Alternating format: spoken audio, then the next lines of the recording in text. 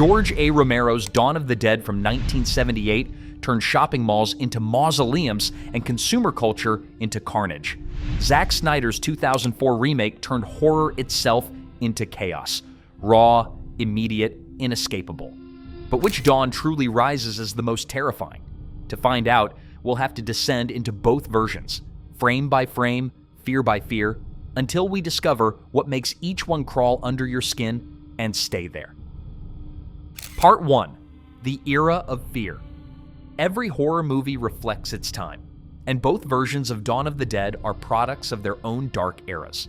When Romero began filming in 1977, America was still bleeding from the trauma of Vietnam. The Cold War hummed in the background. Watergate had shattered faith in authority. Everywhere you looked, people were afraid of the government, of war, of the neighbor next door, and yet, amid all that fear, shopping malls were booming. To Romero, the mall represented everything wrong with modern life, a symbol of comfort, excess, and distraction. A place where people could pretend the world wasn't falling apart, so long as they had something to buy. In his Dawn of the Dead, the zombies return to the mall not because they need food, but because they remember what it felt like to be alive there. Fast forward to 2004, and the world had changed beyond recognition. America had watched the Twin Towers fall just a few years prior. Fear no longer came from boredom or conformity. It came from the unpredictability of real life, from terrorism, from pandemics, from the realization that safety could vanish in an instant. The horror of losing control replaced the horror of losing purpose. Snyder's version captures this perfectly. His apocalypse is immediate. Within minutes of the opening, the world collapses. Civilization doesn't fade. It detonates. His zombies don't drift. They sprint like predators, tearing through the thin illusion of order that holds society together. Where Romero warned us about the slow death of comfort, Snyder showed us the quick death of civilization. One reflected a nation drowning in its own desires. The other, a nation terrified that everything could end before dawn. Part 2. Director's Visions. George A. Romero approached Dawn of the Dead not just as a filmmaker, but as a cultural observer dissecting the anatomy of a dying society. His storytelling was methodical, almost meditative, allowing scenes to unfold at the pace of decay itself. His camera didn't chase the action, it watched it happen, lingering on expressions, gestures, and the quiet despair that seeps in when the world loses meaning. There's a strange calm in his apocalypse, a stillness that makes the horror feel disturbingly real. The viewer is forced to sit with the unease, to recognize that this end didn't come from nowhere. It was always waiting beneath the surface, a rot spreading too slowly to notice until it was too late. Zack Snyder, making his directorial debut in 2004, came from a completely different world. Before Dawn of the Dead, his experience was rooted in commercials and music videos, mediums that demand instant impact and visual precision. His approach to horror reflected that background. Snyder's version of the apocalypse is immediate, chaotic, and charged with momentum. His camera never stays still for long. It throws you into the middle of the panic and dares you to keep up. The editing is sharp and kinetic, cutting through the calm like a racing heartbeat. Part 3. Visual style and cinematography. The look and feel of both versions of Dawn of the Dead reveal just how much a visual language can shape the way we experience fear. Romero's 1978 film was shot in the Monroeville Mall in Pennsylvania, a real shopping center that was still under construction during production. The crew had only a handful of nighttime hours to film before workers returned each morning. This constraint gave the movie an uncanny rhythm, as if the world outside the mall continued to function while this surreal microcosm of survival unfolded within it. The mall's bright lights became part of the horror. Every corner is bathed in relentless fluorescence, leaving nowhere for shadows to hide.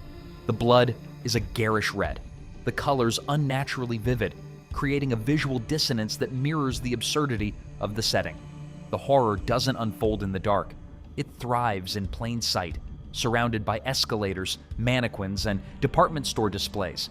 This exaggerated brightness gives the violence an almost dreamlike quality, as though we're witnessing a nightmare that refuses to admit it's not real. Romero used this unnatural light to expose the false safety of consumerism. The mall feels too clean, too polished, too artificial to contain something as primal as death. But that's exactly the point. He forces us to see how close comfort and decay really are, how one bleeds into the other until the distinction disappears. Snyder's Dawn of the Dead rejects that surreal brightness for something colder, darker, and more visceral.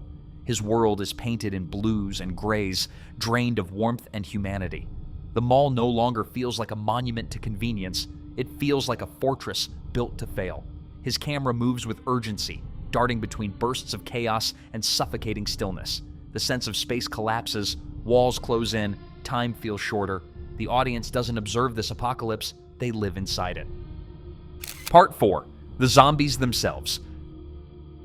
The heart of Dawn of the Dead has always been its monsters, though in Romero's hands, monster was never the right word. His zombies are tragic figures, slow, confused, and oddly familiar. They drift through the mall as though half asleep, pulled by memories they don't understand. Their movements are heavy, hesitant, and human, as if something deep inside them still believes there's purpose in the places they haunt. They're not predators, they're echoes. What makes them terrifying isn't their hunger, but their meaning. Behind the scenes, legendary makeup artist Tom Savini brought these haunting creatures to life on a remarkably small budget.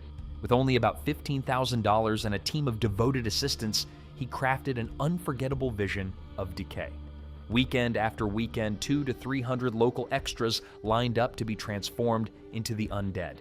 Savini's creativity bordered on genius, painting a soda straw silver to simulate a screwdriver, piercing a skull, or using latex molds baked overnight to mimic torn flesh. The results were primitive, almost theatrical, yet disturbingly effective. The gray-blue skin tones and exaggerated wounds made the undead look unnatural, suspended somewhere between death and parody. It wasn't realism Romero wanted, it was symbolism, and Savini delivered it perfectly. Snyder's zombies, on the other hand, exist on the opposite end of the spectrum. They are fast, loud, and merciless, driven by an inhuman fury that leaves no room for empathy. In his film, the undead don't symbolize the loss of identity. They embody pure chaos. These creatures don't shuffle aimlessly. They sprint, leap, and scream with an energy that feels almost demonic. It's not society's decay that terrifies us here. It's nature unbound, evolution turned against us. Snyder trained his extras to move like predators, jerky, unpredictable, almost animalistic. There were no computer-generated effects to cheat the motion. Every sprint, every lunge, every impact was captured in camera. The result is visceral, shocking, and immediate. Watching them charge is like witnessing panic take physical form. Part 5. Characters and survival. At its core, Dawn of the Dead was never truly about the dead. It was about the living. Both films use the apocalypse as a mirror, forcing their characters to confront what survival really means when the world as they knew it no longer exists. In Romero's version, the survivors, Peter, Roger, Fran, and Steven, represent fragments of a crumbling society. They flee chaos only to find refuge in a shopping mall, a place that feels secure, orderly, and civilized. Inside, they build a fragile sanctuary, turning empty storefronts into living spaces and scavenging supplies from the remnants of consumer paradise. For a moment, they achieve the illusion of control. They eat, decorate, and even celebrate small victories, pretending that life has meaning again. But as the days pass, that comfort begins to corrode. The mall, once a symbol of safety, becomes a gilded cage. In Snyder's remake, the dynamic shifts entirely. Anna, Kenneth, Michael, and the others don't have time to build illusions. Their world ends before they can even process what's happening. The opening sequence alone, where Anna's husband turns, attacks, and forces her to flee within minutes, sets a tone of total chaos. There's no safe haven, no slow decline, no time for reflection. Every moment is a matter of life or death. Where Romero's characters drift into decay, Snyder's burn out under pressure. They are constantly fighting, both the undead and one another, because fear doesn't unite them. It fractures them. The desperation is physical. Every breath feels borrowed. Part 6. Gore and Effects. When it comes to gore, Dawn of the Dead is a study in how special effects can define not only a film's aesthetic, but its entire legacy. In 1978, George A. Romero and makeup visionary Tom Savini weren't just pushing boundaries, they were erasing them. What they accomplished with minimal funding and raw creativity reshaped the visual language of horror forever. Working with barely $15,000 for all the blood, wounds, and prosthetics, Savini's crew transformed the Monroeville Mall into a slaughterhouse of ingenuity. Every effect had to be practical, every illusion handcrafted. A photographic developing tray became the mold for a slab o' wounds, a reusable latex sheet of bite marks and gashes. Foam rubber was sculpted into torn flesh. Buckets of Kensington Gore, an artificial blood mixture of syrup and dye, splattered across walls, clothes, and faces with chaotic precision. The results didn't look realistic by today's standards, but that was never the goal. The blood was almost cartoonishly red, the wounds exaggerated, the violence theatrical. Romero wanted it that way. His apocalypse was grotesque and absurd, and the garish color palette made every death feel like a macabre parody of itself. It wasn't about shock, it was about commentary. He turned violence into satire, forcing audiences to question why they were both repulsed and entertained by the carnage unfolding before them. Snyder's Dawn of the Dead, on the other hand, aimed for immersion through authenticity. 2 decades of technical advancement had changed the craft, and Snyder used that power to make his world feel painfully real. His makeup team merged practical prosthetics with digital touch-ups so seamlessly that viewers could no longer tell where the latex ended and the CGI began. The gore in Snyder's film is meant to unsettle, not amuse. It doesn't exaggerate death, it lingers in it. The audience isn't a safe observer anymore. They're pulled directly into the chaos. And then there's the scene that defined the film's limits, the birth of the zombie baby.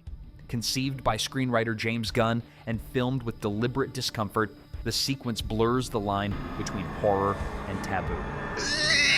Part 7. Music and Sound. Romero's 1978 film is defined by its haunting collaboration with the Italian progressive rock band Goblin. Known for their work with Dario Argento, Goblin composed a score that feels simultaneously hypnotic, eerie, and darkly playful. Synthesizers pulse like heartbeats, drums echo like footsteps down an empty corridor, and sudden melodic bursts create a strange rhythm that turns dread into music.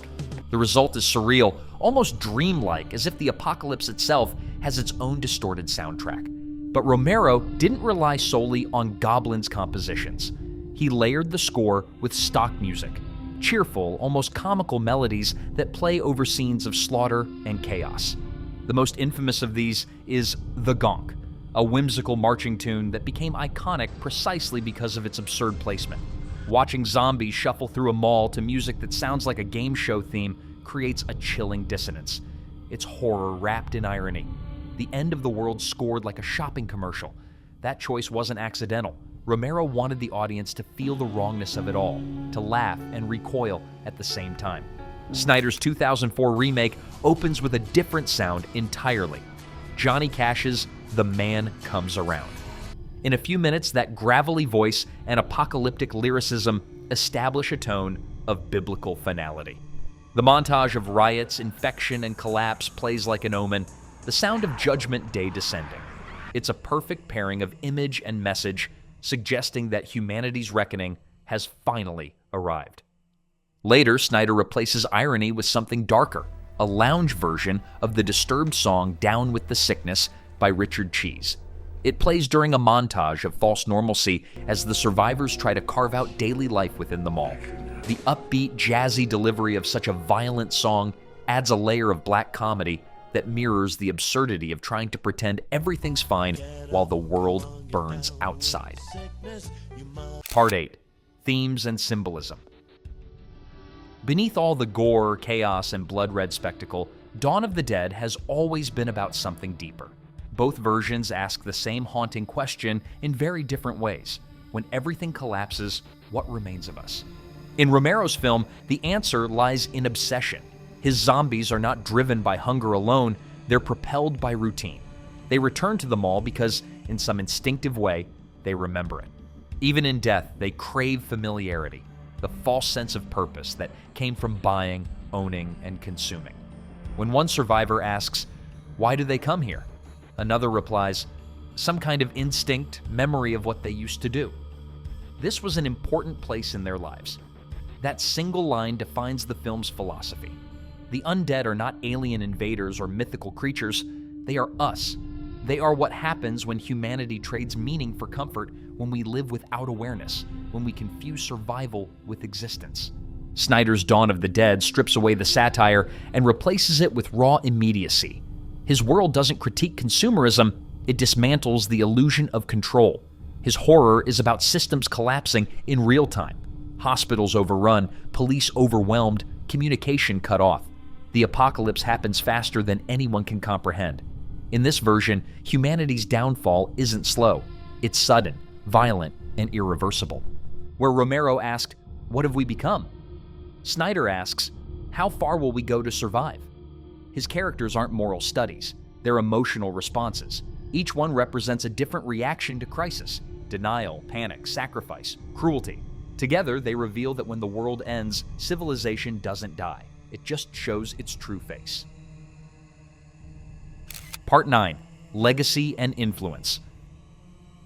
When Dawn of the Dead premiered in 1978, it wasn't just a horror film, it was a revolution.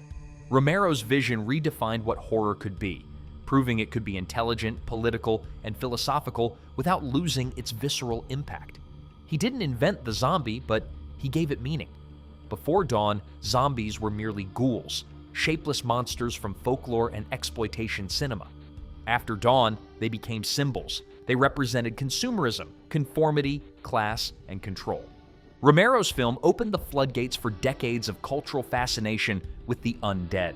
From Shaun of the Dead to The Walking Dead, from video games like Resident Evil to the countless imitators that followed, every slow-moving corpse owes its existence to his work. He showed that horror could be both frightening and reflective, entertaining and existential. Then came Snyder's Remake, a film that arrived when the genre was gasping for air. By the early 2000s, zombie cinema had become predictable, weighed down by nostalgia and imitation. Snyder and screenwriter James Gunn set out to change that, not by copying Romero's ideas, but by reigniting the pulse. Their version was modern, aggressive, and unapologetically cinematic. The zombies ran, the tension never eased, and the energy was relentless. Audiences responded. The film grossed more than $100 million worldwide on a $26 million budget, proving that horror could still thrive in an age of cynicism. It didn't just revive the zombie, it reanimated an entire genre. Films like 28 Weeks Later, World War Z, and even Snyder's later project Army of the Dead trace their DNA back to that 2004 success. But now, after all the comparisons, all the blood, and all the fear, one question remains. Which Dawn of the Dead is truly more terrifying? Romero's 1978 classic is a slow poison. Its horror seeps in quietly, almost politely, and lingers long after the film ends. It doesn't rely on jump scares or speed. It unsettles through recognition. You see yourself in those empty stares, in those endless routines, in that desperate need to find purpose in a hollow world. It's horror that targets the soul, a mirror held up to modern life that asks if we've already joined the ranks of the Walking Dead. Snyder's 2004 remake, by contrast, is an explosion of adrenaline. It's fast, brutal, and relentless. An assault on the senses that doesn't wait for you to catch your breath. It takes the primal fear of losing control and amplifies it to unbearable levels. From the first moment the chaos begins, you feel trapped, cornered, and hunted. It's not a warning, it's an experience. You don't just watch the end of the world, you live it. Romero's Dawn terrifies the mind. Snyder's Dawn terrifies the body. One whispers truths you don't want to hear, the other screams them in your face. Together, they form a perfect circle of fear, the slow decay of civilization and the sudden collapse of order. So now, it's your turn. Which Dawn of the Dead keeps you awake at night? Let us know in the comments which apocalypse you'd rather face, or which one you'd never survive. And if you love peeling back the layers of horror's most disturbing classics, make sure to like, subscribe, and turn on notifications. Because here, every week, we uncover the twisted truths behind the films that refuse to die. In horror, every dawn brings the dead. The only question is, will you survive to see it?